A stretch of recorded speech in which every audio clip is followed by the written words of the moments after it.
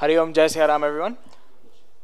I'm going to begin this up with a hands up. Now, I want you to truthfully answer here, not on behalf of yourselves, but on behalf of your family, if they were sitting here, and on behalf of your close friends of Hindu backgrounds. How many of them would be comfortable in introducing themselves first and foremost as Indian? Hands up. As South Asian? As Hindu? Nice to see you have good families around you. Because if this were my friends, I'll be very honest, I would not have my hand up. We've just had Kiran Bhai discussing how to create cohesive Hindu identity in light of our diversities. We've had Dharmawayan Bhai, thank you, teaching us how to authentically embrace Hindu identity in the face of adversity. Now, I've been given the topic to discuss the shaping of the Hindu identity for the future. How to ensure visibility, acceptability, and respectability in the mainstream. Surely, by having visibly Hindu leaders, visibly Hindu game changers, we will have Hindus accepted for who we are and respected for what we have to offer the world. I laugh.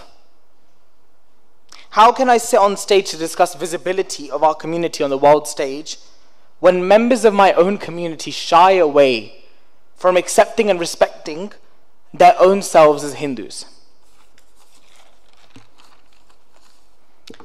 How many of members of our own community can you say actually want to respect, not respecting, want to respect their heritage? How many will accept their ancestors as their own, let alone expressing themselves as Hindus? I type into Google 3 famous Hindus in the mainstream.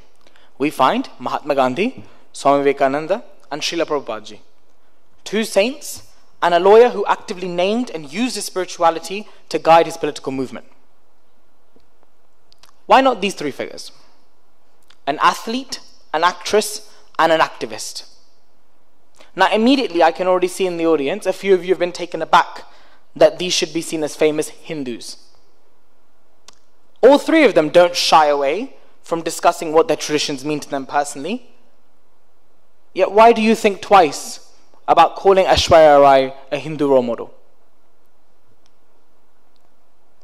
People of Hindu backgrounds dominate in every field of human achievement, and people of Hindu backgrounds contribute to the greatest advances of mankind. Note, I am not saying Hindus are visible.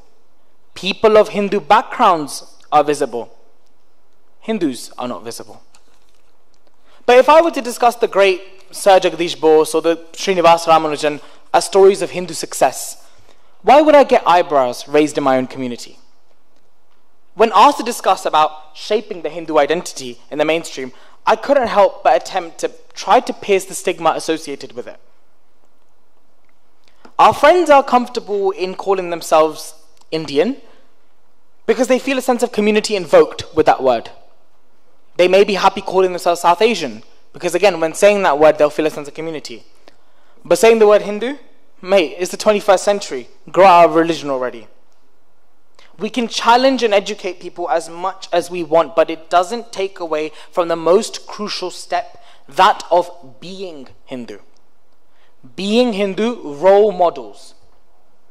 You will achieve and you will make a mark in the mainstream. But how will you carry yourself when you become recognized by the world?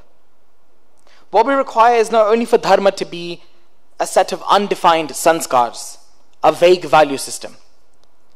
Dharma should be seen as a darshana, an outlook, a way of positioning yourself in the universe around you. So, speaking of accepting one's traditions makes for a visible Hindu, let me take you to my current Prime Minister, Rishi Sunak. Here he is photographed. I read a quote from one of his interviews. A golden Ganesha, can you see it there? Next to the Coke. Keep the Coke in mind. A golden Ganesha sits gleefully on my desk at 10 Downing Street. It is a constant reminder to me about listening and reflecting on issues before acting. Here you can see him photographed at the Bhaktivedanta Manor in the UK, a landmark of the Hindu community and known for its Gaushala. He was later photographed with cows at that Gaushala. Keep that in mind as well. In an interview with a very well-known British TV personality, Piers Morgan, he says, "For me, it's about duty. There's a concept in Hinduism called dharma, which roughly translates into duty, and that's how I was raised. It was doing the right things that were expected of you and trying to do the right things." Here he's photographed with Bapu Murariji. "Bapu, I am not here today as a Prime Minister, but as a Hindu. Faith guides me in every aspect of my life. There are difficult decisions to make, hard choices to confront, and our faith gives me courage, strength, and resilience to do the best that I can for our country. For me, Lord Ram will always be an inspirational figure, to face life's challenges with courage, to govern with humility, and to work selflessly. Now, I have no qualms in detailing you my multiple grievances with Mr. Sunak's political decisions. But we can appreciate this for sure. By wearing his Hindu identity on his sleeve, quite literally, he authentically portrays to the world the thought processes that inform him to steer the nation in the way that he interprets best. And at least he gives the credit to that heritage that we share with him. Those very values that beckon him to, and all of us to, in his own words, engage wholeheartedly in seva, selfless service. And by virtue of this, he could be seen as a visible Hindu role model, a story of Hindu success.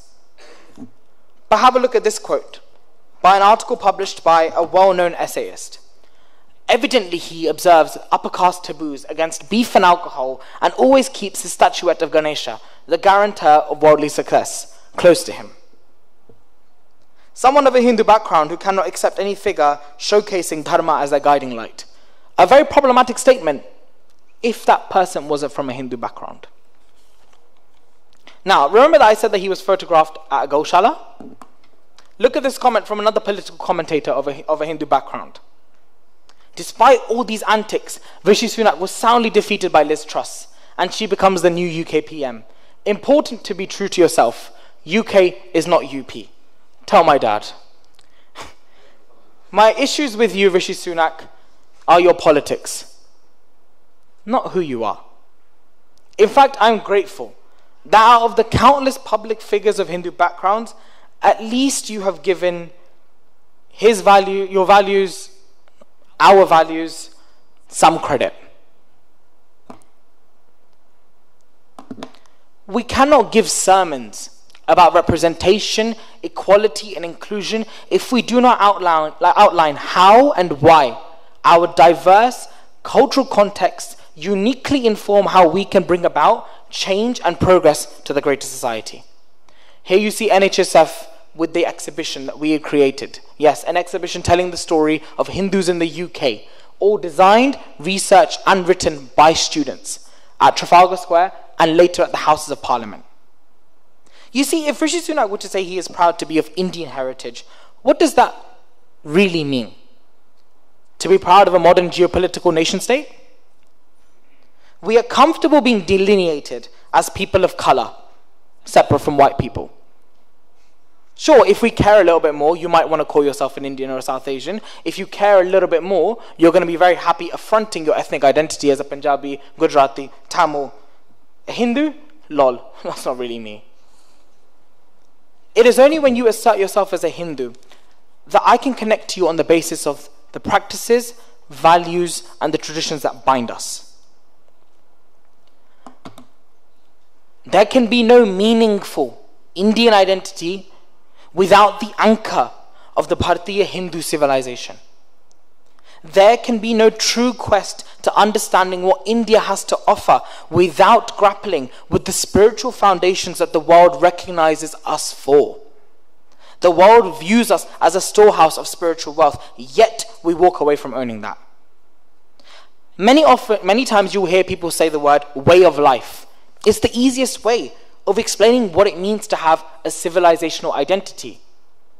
The pursuit of self-knowledge, the earnest attempt to understand the ultimate reality, permeates the foundation of everything we do, be it in our outlook of life to shape our languages and our literature, our cuisines, our celebration of life. But when stripped of its spiritual roots, what can really remain of these superimposed ethnic identities other than spicy food, colourful clothes, unless of course you think cricket and cinema are the only thing that defines us, makes us us. It is our responsibility to show to the world that we are more than cows, curry and caste.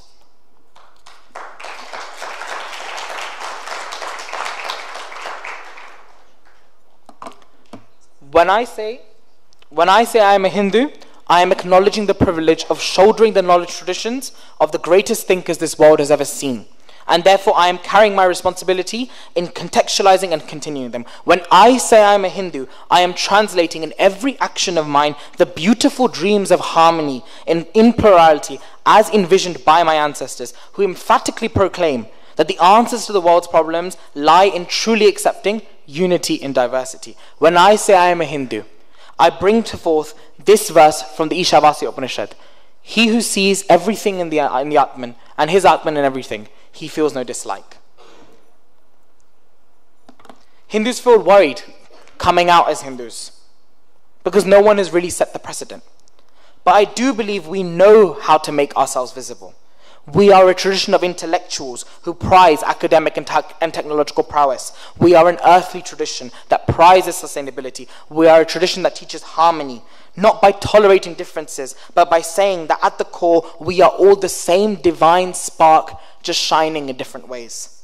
We know how to make ourselves visible. We just need to respect ourselves as Hindus and accept ourselves as Hindus. As my Gurudev Swami Chinmayananda says, let us convert Hindus to Hinduism, then everything will be all right. Namaste.